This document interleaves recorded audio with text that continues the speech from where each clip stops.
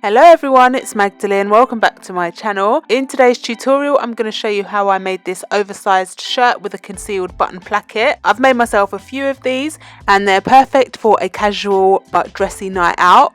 So yeah, I'm going to show you how I made that, and it is made using a standard woven bodice block. And if you do like the tutorial guys, then please don't forget to subscribe and give it a big thumbs up. Here is the tutorial.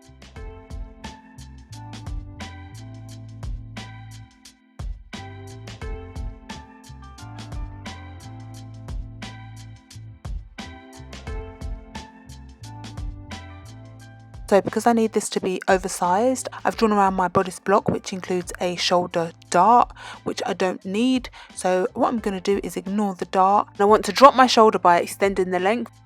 So I've raised my shoulder at my sleeve by 1 centimetre and I've come out 4 centimetres. I'm just going to connect that line to my neck point.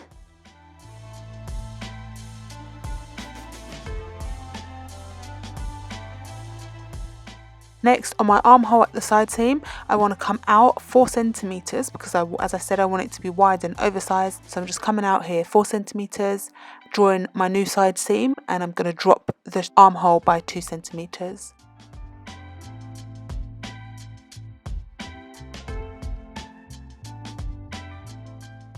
And reconnect the bottom of my armhole to my new side seam. Here I forgot to mark my front pitch, so I'm just marking that in here. And as I came out 4 centimetres on the armhole, my shoulder, I need to move my front pitch point. So I'm moving that half that measurement, 2 centimetres across, and then reshaping my armhole.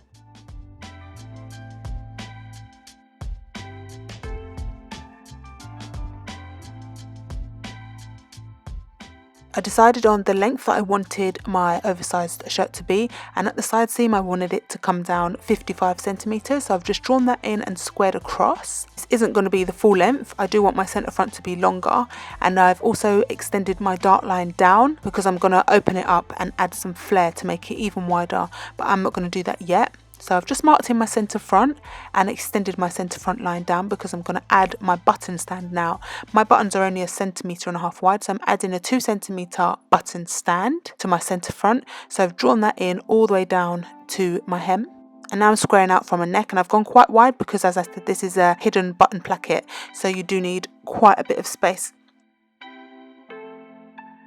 So to explain the placket a little bit easier, I just made this little paper sample. So here's my shirt portion, which is what I've just drawn, my centre front and the 2 centimetre button stand that I've added. I've just drawn on some buttons here. So what it is that they're hidden underneath, so you can't see any buttons on the front of your shirt.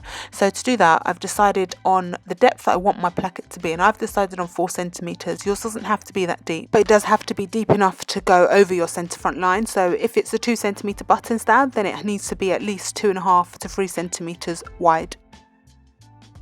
It needs to be able to fold back under the centre front, back out again, back again, and then have a seam allowance so you don't have a raw edge. So that means you need 3 folds.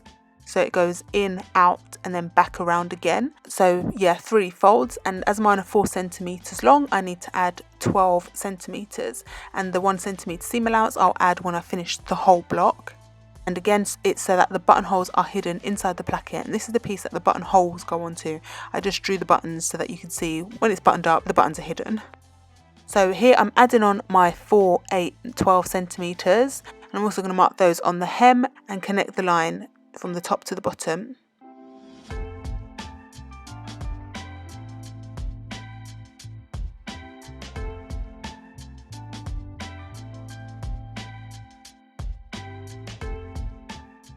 Next I wanted to add my flare, so I also extended my dart point all the way up to my shoulder line.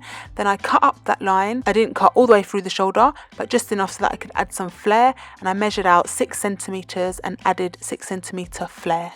Once I added that flare, then I could reshape my hem. From my neck down to my centre front, I made that 85 centimetres. Also, I didn't do it directly from the centre front line because my placket, as I said, needs to fold back, and that's 4 centimetres. So I made sure that it was way over my 4 centimetres before I shaped my hem at the front.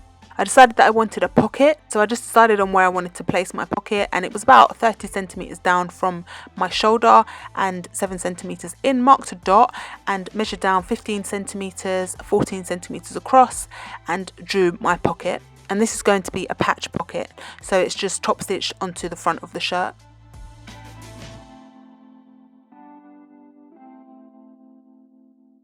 As you can see here, I've marked 2 X's on the top corners of my shirt. This is so that once I've traced my pattern, I'll make 2 holes that I'll mark my fabric in chalk, and it can go through those holes so that I know where I'm going to place my pocket onto my shirt.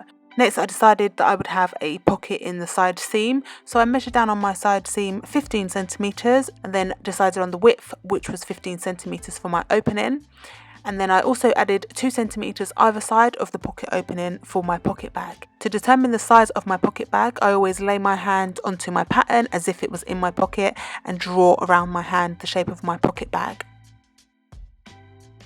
Once you've done that, the front is complete, and you're going to trace out your pocket bag, your patch pocket, and add 1 centimetre seam allowance all the way around. At the top of your patch pocket, add 2 or 3 centimetres. I added 3. And to the hem of your shirt, add 2 centimetres, and I added 1 centimetre around the rest of the shirt. So here is the full front pattern once it is traced out and I've added my seam allowance. So the button placket side is going on the right hand side of my body. So instead of tracing out 2 whole front pieces, I just measure out from my button stand 4 centimetres and fold that back for the left hand side of my body and add a centimetre seam allowance onto that front, because it only needs to fold back once from the button stand, and as this already has that 4 centimetres included, I can fold along that 4 centimetre line and cut that out in fabric. For my buttons, I marked down the centre of my 4 centimetre plackets on the first and the last row, because on the first row is where the buttons are going to go for the left hand side, and on the last row is where the buttonholes are going to go on the right hand side inside the placket. So I measured down 5 centimetres to mark my first buttonhole, and then 11 centimetres for every other button, and I've got 6. Then I folded in my placket and just used my awl to make a hole through those buttonholes to make sure that they're accurate on both pieces, and so I could mark my fabric accurately. I'm finding it a bit difficult to explain this, guys, so I really hope you're understanding and I'm not confusing you all. And if it is a bit confusing, then let me know in the comments down below and I will try and make it clearer. I also used my awl to mark a hole for my patch pocket. For the back, I did exactly the same thing as the front.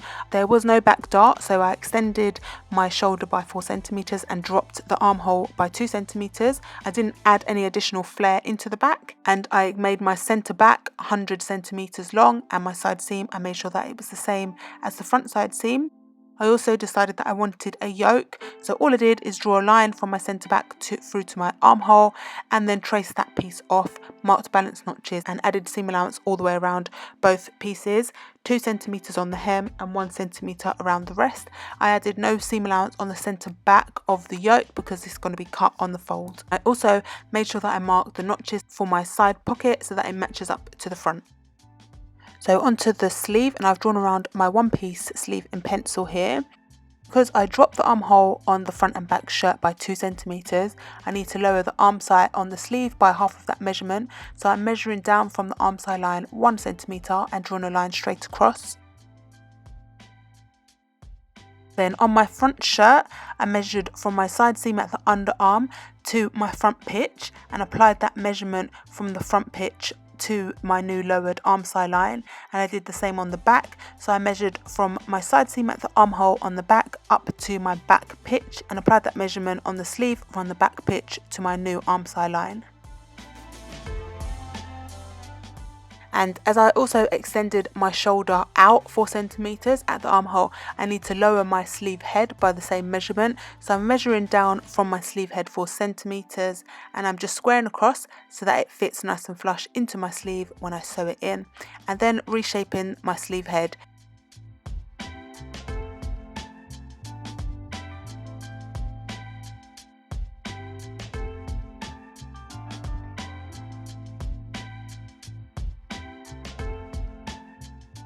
Usually when you drop your sleeve head by a large amount like this, you would also need to widen your sleeve, but I'm not going to do that. I also didn't want my sleeve cuff to be this wide, so I decided on the width I wanted, and mine was 22 centimetres. So I measured 11 centimetres either side of my centre line of my sleeve on the hem and just reshaped my sleeve.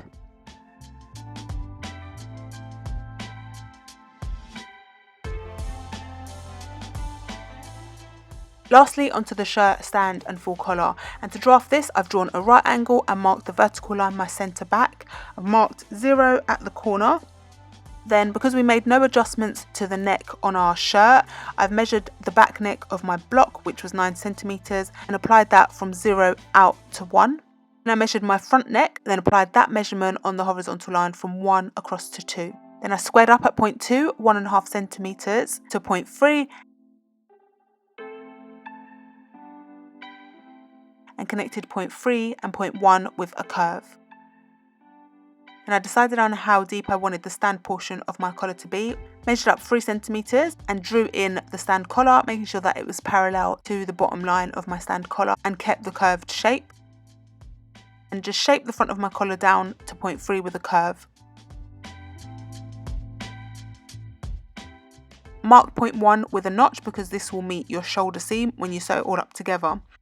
To draw in my full part of the collar, I like to do this straight onto the stand so that I know where it's going to sit, and I decided that mine would be 6 centimetres deep, so I measured down 6 centimetres from the top of my stand collar and marked on the top of the stand collar where I wanted that part to start.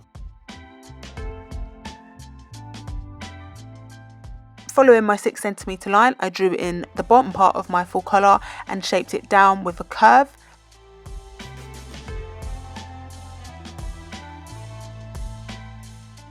And connected it to the top of the collar.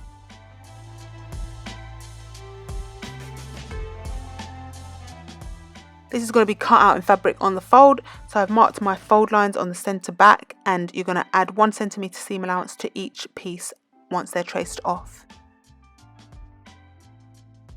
So here are the rest of my pattern pieces, and I've made sure that all my pieces are correctly notched, and with my collar I'm just checking that the notches match up so that when I sew it together everything is aligned. So here's what I was talking about before when I said I just used the one pattern piece for both sides of the front of the shirt. So I folded back at my first 4 centimetre fold and folded back the rest of the placket, added a centimetre seam allowance and cut out the left hand side of my shirt. And for the right hand side of the shirt I cut out the whole thing and folded in my placket. So this is the left hand side. I'm going to fold under my 1 centimetre seam allowance and then fold it back again the 4 centimetres and top stitch just to hold that all down. And on the right hand side I'm going to fold in my placket as I showed you to do with the paper, and then added my buttonholes. So I'm just going to show you how I added my buttonholes. I've set my machine to the buttonhole stitch and placed my button in my buttonhole foot, and this machine takes up to 1 inch size buttons. It's pretty self-explanatory really. If you have this machine and you have the instruction book, it tells you what to do. You literally put it on the right settings and push the pedal down and it will make you a buttonhole.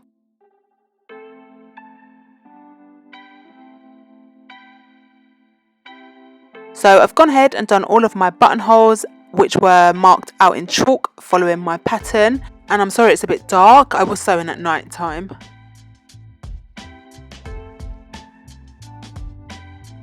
So I've started off by sewing my back pieces together. I placed them together right sides facing and sewed the seam. Then I overlocked that seam to close it up. I don't want any raw edges. Now I'm placing the yoke right sides together with my back piece, and I'm going to stitch it together and then overlock it. Once I've done that, placed my front pieces right sides facing and sewed the shoulder.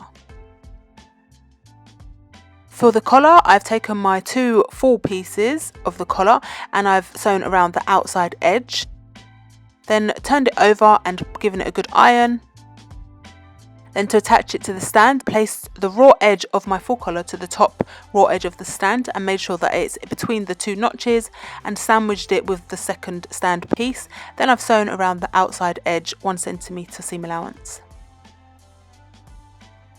Then turned it through and given it a good iron, and this is what a finished collar looks like. And I will place a buttonhole on the right hand side once I finish the whole shirt.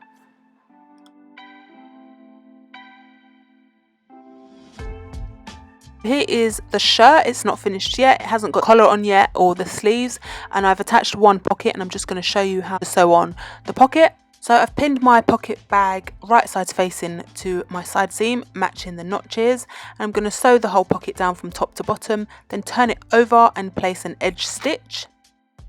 Once I've done that with both sides, the front and the back, I'm going to place my shirt together right sides facing at the side seam, sew down from the side seam around the pocket and back down to the hem.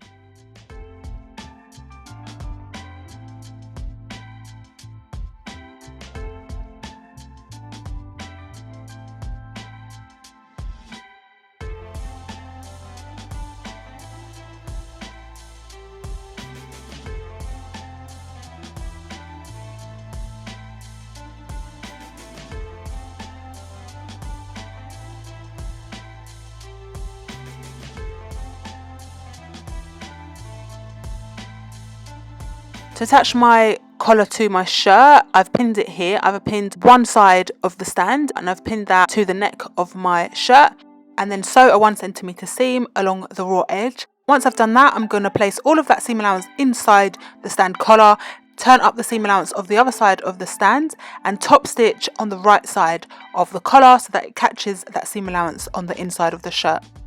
For the sleeve, I sewed the seam right side facing, then I gathered up the sleeve head so that I could ease it into my armhole.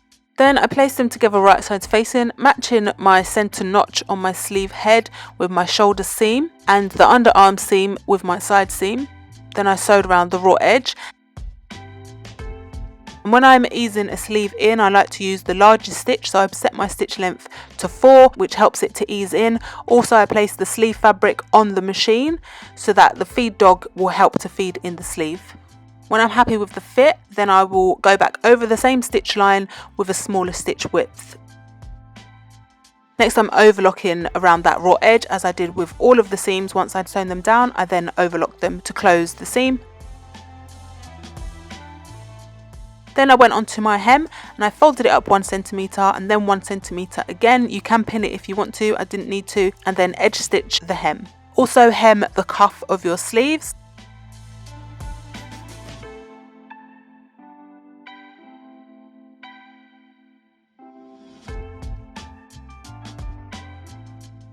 Next, I folded in my patch pocket and top stitched it, then pinned it to my shirt, top stitched it on really close to the edge, then did my final buttonhole in the stand collar and I was done. And here is the finished shirt with the buttons all hidden in the placket. It gives a really professional finish and I love it. So I hope you do too. Sorry it was such a long tutorial. If you haven't already, guys, and you enjoyed the tutorial, then please don't forget to subscribe and I'll see you in the next tutorial. Bye!